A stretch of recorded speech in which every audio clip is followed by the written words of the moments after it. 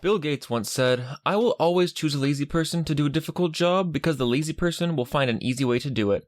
What's a real-life example you have of this? Story 1. I knew a guy who had a low-level data reporting job. He had several daily and weekly work responsibilities, including a bunch of reports that needed quite a bit of tweaking from raw data to finished product. But like I said, low-level. We didn't find out until way later that he had set up macros for each of his major responsibilities where he could. Once set up, he'd just run the macros to do his work, but then he'd hold off on delivering the reports until just a little before the deadlines. He'd hit every assignment and was seen as reliable. He also would complain about the workload so people would leave him with that work. I doubt he did a full hour of work each day after he set up what he did. Eventually, he left the job for one with better pay, but damn did he work lazy. Also, he was smart not to reveal until the end, because had he told them about it, he just would have gotten a pat on the back and would have been given a whole nother workload, on top of maintaining the macros. Dude milked the job, not the other way around. I know a guy like that. I think he's in IT, but basically his days consist of about 5 hours of video games and 3 hours of work. His girlfriend, who occasionally is able to work remotely, hates it because whenever she gets a 5-minute break and is able to come downstairs for a snack or to grab some water, he's just sitting there playing video games. And that's basically his job because he set up the systems to automate everything for him. He just spends a few hours each day inputting the data, answering emails, going to a meeting or two, and then relaxes. Story 2. My brother gave his oldest son $10 a week for him to do all his chores without needing to be told or complaining about doing them. One day, he gets home early from work and sees the neighbor kid tossing a bag in the trash. He asks him what he's doing, and the kid says he gets $5 a week to take care of a few chores. My nephew outsourced his chores. Story 3. I worked goods in for an aircraft manufacturer as a summer job at university. Parts would arrive, we'd open them, and key in all the details into the terminal. That bit was long-winded. I discovered that the terminal keyboard has assignable shortcuts, and set up a bunch of them for all the boilerplate such that keying in an item was about 6 keystrokes. Saved myself and my workmates hours every day, which we would spend pranking each other, other warehouse staff, and staff at other sites. Story 4. There's a repo on GitHub containing codes based on scripts that were used by a build engineer who left his company for another one. The dude was literally living inside the terminal, like the kind of guy who loves Vim, creates diagrams in Dot, and writes wiki posts in Markdown. If anything required more than 90 seconds of his time, he'd write a script to automate that. One of the scripts he designs is made to send a text message late at work to his wife. It automatically picks up reasons from an array of strings at random, runs inside a cron job, and the job fires if there are any active SSH sessions on the server after 9 p.m. with his login. Another one scans the inbox for emails from a guy named Kumar, looks for keywords like help, trouble, sorry, etc. If the keywords are found, the script virtually goes into the client server and rolls back the database to the latest backup, then sends a reply, "No worries, mate, be careful next time." Another one he designed is set to specific dates, where it sends an automated email that says something like not feeling well or gonna work from home, etc., and then also adds a random reason from another predefined array of strings. It fires automatically if there are no interactive sessions on the server before 8:45 a.m. This last one, it waits exactly 17 seconds, then opens a telnet session to our coffee machine. We had no idea the coffee machine is on the network and can run on Linux. So when this script fires, it basically starts brewing a mid-sized half-calf latte and then waits another 24 seconds before pouring it into a cup. The timing is exactly how long it takes to walk to the machine from the dude's desk after firing the script. Bro, what? And these are all publicly accessible too, so if you want to use them at your workplace, you can just literally take the code that's pre-written. Although I'd say good luck with the coffee machine, because that sounds like they had a really fancy one. Story 5. Years ago, as a student, I got a job stocking shelves. Guys were carrying the heavy boxes, put them on the floor, and bend each time to pick them up to put them on the shelves. I'm a woman and was probably about 100 pounds at the time, and carrying those boxes was just killing me physically. So one day, I had an idea. I put the box on an old desk chair and rolled it around. No more carrying and no more bending. Funny thing is that, instead of doing the same thing, most of the guys called me lazy and kept carrying the heavy boxes around just to prove how strong they were. Now they have special rolling carts to do the job. Story 6. Every year in the Canadian winter, power lines would fail due to the weight of the snow. It took many days to build up enough to break a line, so they employed a team to walk the routes and shake the poles to loosen the snow. One day, they saw a bear shaking the poles and realized that if they could get the bear to do it, they wouldn't need to walk the route in the cold. So they gave one guy a bucket of honey, and he'd walk the route painting the sides of the poles with honey to attract the bears. It worked for a few more years, but it still took a lot of time to do. So then, they had the idea of flying a helicopter along the route with a trained sniper with honey paintballs that he'd shoot the poles with. On its maiden flight, the helicopter passed the lines and the downdraft blew off all the snow. The flights continued to this day, but without the sniper. As someone who lives in Canada, which is both snow and bear country, bears tend to hibernate in the winter. Although if this was earlier in the year, like we've gotten snow in August, I think we even had a year we got snow in July during my lifetime. So while this isn't unreasonable with the whole bear thing, it does seem like it'd be pretty inconsistent year over year. Story 7. I was invited to my friend's yearly apple picking. It was a full day of apples and kids and filling a truck for cider. I'm lazy and suggested we make the process more efficient with tarps on the ground. We managed in 2 hours what historically took all day. We didn't even go to the picnic lunch. Essentially, I ruined apple picking. Story 8. My ex-boss gave me an Excel sheet. 124,000 row Excel sheet. She had all the company customer data per row. Twice. In some of those duplicates, there was an error. She needed me to go over the list, one row at a time, to check for mistakes and mark all the faulty entries I could find. Through 124,000 rows. She wanted me to do that using the arrow down key and my mouse. I thanked her. I sat down, invested half an hour into Google, copy-pasted some parts of this formula, then some parts of that. Finally, I had figured out the formula. I double-clicked the tiny rectangle so that the formula got applied to all rows, and it worked like a charm. I stood up, got myself a coffee, talked to some colleagues, then I went to my boss. She had anticipated that I would need 3 days for this task. When I was back in less than an hour later, she thought I hadn't understood, or maybe had a follow-up question. I will never forget the expression on her face when I told her I was done, and that there were 6 faulty entries. A year and a half later, I enrolled into computer science at university, where I will finish my undergrad this summer. Imagine doing it their way to find 6 f***ing errors. As you know, our students' records are stored on a Microsoft Paint file, which I was assured was future-proof. The Dean. Wait, is that an actual quote? God, I hope not. How does someone get to that position with that little technological understanding? Also, who the hell would have been the jackass who decided to put every single student record in manually placed lines and text boxes in a Microsoft Paint file? There's no way that's real.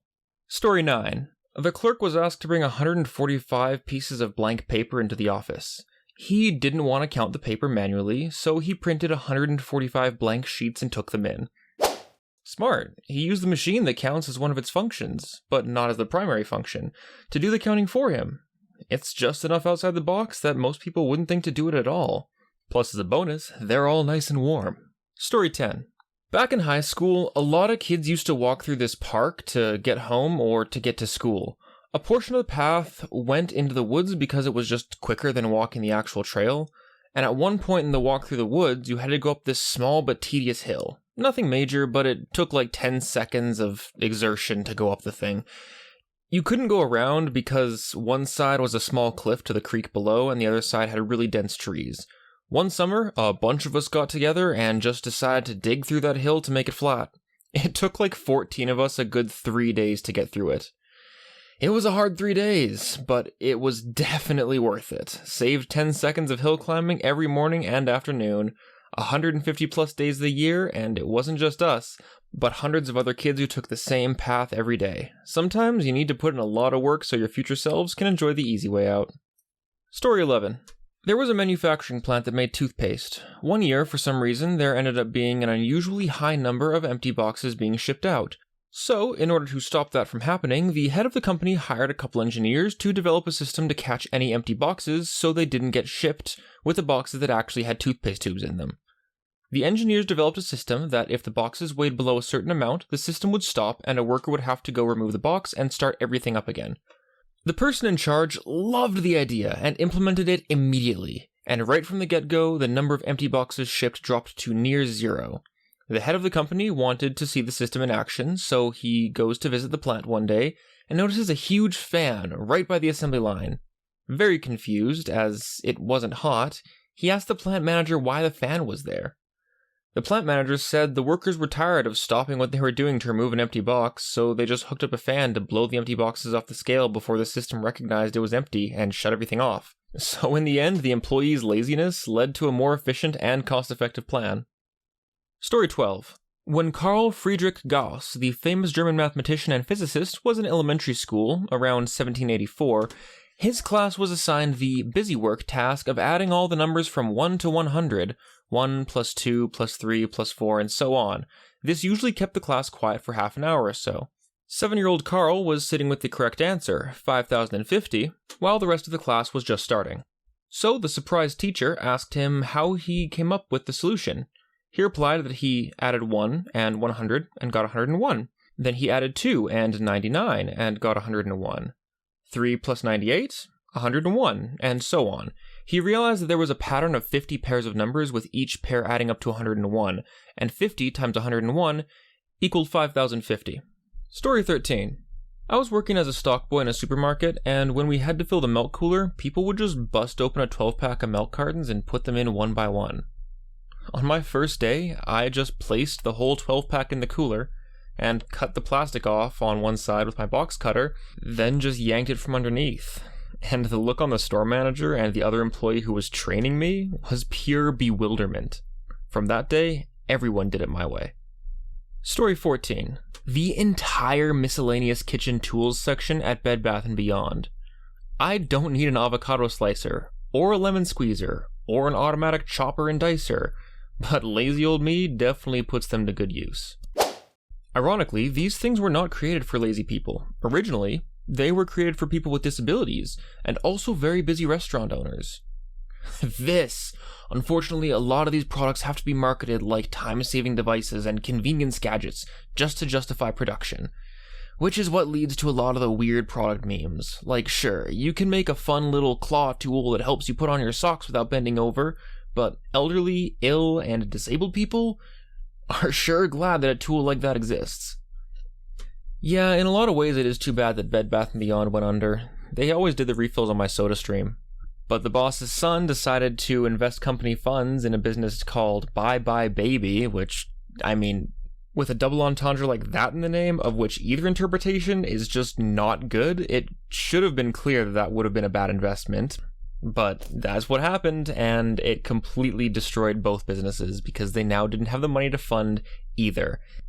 Story 14. Me. I automate shit all the time at work to make daily routine jobs more easy. I write manuals with screenshots and arrows indicating where to click and where to fill in what. Whenever I write a manual, I assume that whoever reads it is a complete idiot. So whenever customers call with the same questions again, I just send them to the online manual that I created. No need to type it out again by email or explain it again by phone. I have a friend who is a little slow about finding stuff on a new program on her PC. Screenshots with the pointer in the right spot is so much easier than walking her through it with words. Story 15. Start of lockdown, my 9-year-old son was having worksheets emailed to complete at home. One day, I left him at the laptop doing his math, while I made some dinner with my 3-year-old daughter. Walking into the living room with his dinner to find him asking the Alexa all of his math questions. Except I don't know if it was technically lazy because he was actually doing it in the least efficient way possible. He'd memorized the equation he needed to ask, say 327 times 8, walk over to Alexa, ask her the equation, walk back to the laptop, walk back to Alexa to ask her again because he'd forgotten the last 2 digits, walk back to the laptop, enter the answer, walk back to Alexa, and double check it again. He had to keep walking back and forth because he knew that it was cheating, so he'd turn the volume down so I wouldn't hear the Alexa from the next room. So while he thought he was being clever, he was actually taking more time to figure the answer out using the Alexa than it would have taken him to do it himself. Plus, of course, there's the fact that he was working on a laptop that has a calculator and a Cortana assistant that does the exact same job as Alexa, and he knows how to use both, but still chose to cheat in the least efficient way possible. Sounds like he's got the right idea, but needs a little bit of some time to work the kinks out. Story 16. I was a paid intern at a large company during one summer back home from college. My work was 95% consisting of using SAP, import to Excel, clean data, and generate reports. In the first 2 weeks after getting the hang of my responsibilities, writing all the Excel formulas needed, and basically automating 99% of my work, I was just chilling. I went from actually working from 9 to 5 to maybe 1 hour tops a day. Finding, importing, cleaning, and reporting usually took 2 hours, but with all the formulas, it took 2 minutes of clicking. And then helped the other cool intern get his shit set up so we could both just chill. We could take 2-hour lunches, paid for by the company, and nobody said anything, because we were just getting so much more done than the other interns. Of course, I helped for special tasks when asked, but those were simple 20-minute tasks building something in Excel. Overall, was the easiest, stressless internship of my life. What I'm getting from this thread is that I should learn Excel and how to automate stuff. Yeah, that's about what I'm getting too. I'm also getting that maybe I should have gone into data analytics instead of marketing. Story 17. My mom made me carry groceries into the house when I was a kid. I didn't want to make multiple trips, so I'd tie several bags to the belt loops on my pants and just do it in one trip. That seems like a lot of work to tie every single bag to your belt loop. I just ran my hands through all the handles and just picked them up on my forearms and walked around with them like that, and then I still had 2 hands free for carrying awkward items. Hell, that's what I still do. Story 18. I worked as a laborer at a nursery one summer. Daily tasks included manually watering 15,000 plants each day, put together a back-of-a-napkin plan to build an irrigation system, and spent the next few weeks building it with some money from the boss. The system is still running 15 years later and does all the work now. Although I did automate myself out of the job and had to find another eventually. A couple years later, though, I got my engineering degree. I'm convinced engineers are just inherently lazy people that will spend a disproportionate amount of effort to make things easier. That is precisely what engineering is. Story 19. My brother-in-law spent a whole summer trying to figure out how to fix his sagging deck at the lake, which he could in theory crawl under and jack up. It would have been a tunneling project though. It's a 60 by 60 area, all long 2 by 6 boards, massive deck. I sat there long enough with enough beers in me to come up with the idea of just cutting a square out of the sagging area, about 3 foot by 3 foot, jacking it up, and then re-screwing down the boards. He paints the thing every spring with a roller anyhow, so it's not like the square cut even shows up. He thought I was a genius. I was just drunk and lazy. Story 20. When I was in college, I had a job at an Italian fast food place with a reputation for its breadsticks. They came in frozen and needed a bit to thaw, so we'd take a giant 3 by 4 foot aluminum baking sheet, spread them out in a single layer with no spaces, and cover it with a plastic bag. Then we'd leave them to sit in the walk-in fridge overnight. The next day, you'd have to get a pair of tongs and move each stick to a new tray, turning them over, then cover the tray with a new bag and let them sit on the rack for a couple hours before brushing on the garlic butter sauce. This was tedious enough, but you'd usually be ready to brush the butter on the first tray as soon as you turn the last tray. I was given this task for the first time one morning, and just did not want to deal with it. I realized if I put the second tray upside down on top of the first one, then turned it over and took the first tray out, I got the exact same results. Blew the boss's mind when I did the 3-hour job in about 15 minutes. For my superior systems optimization, I was given a 5-cent raise. Now we move on to today's small rapid-fire segment, 4 stories too short to make a full entry out of, but too good to be left out. Let's jump in. Walkie-talkies. In every job I've ever had, these things make your day far less labor-intensive if used correctly. Alexander the Great and the Gordian Knot. According to Facebook parents, the fucker that carved a sphere out of a stone block and rolled it instead of pushing it like the other dudes. Eating dinner out of the pot so there's fewer dishes to wash. Programmers. They'll spend hours of coding troubleshooting a program to automate something they could do in 15 minutes. My greenhouse's watering system used to take an hour. For $50, I set up a PVC watering system in a few hours. Now I just turn on the spigot and watch while I smoke a joint. So basically what we've learned today is that if you don't want to be outsourced by computers, major in something where you run the computers, and then outsource yourself with said computers. Well, I guess I gotta spend some time getting better at Excel and find me a data analytics job that takes a marketing degree. So guys, that's it for today. I hope you all enjoyed the video. I'm ReddList. I hope you all have a great rest of your day. Take care of yourselves, and I will see you next time.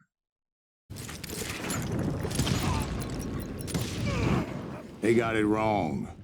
A sad end for those two.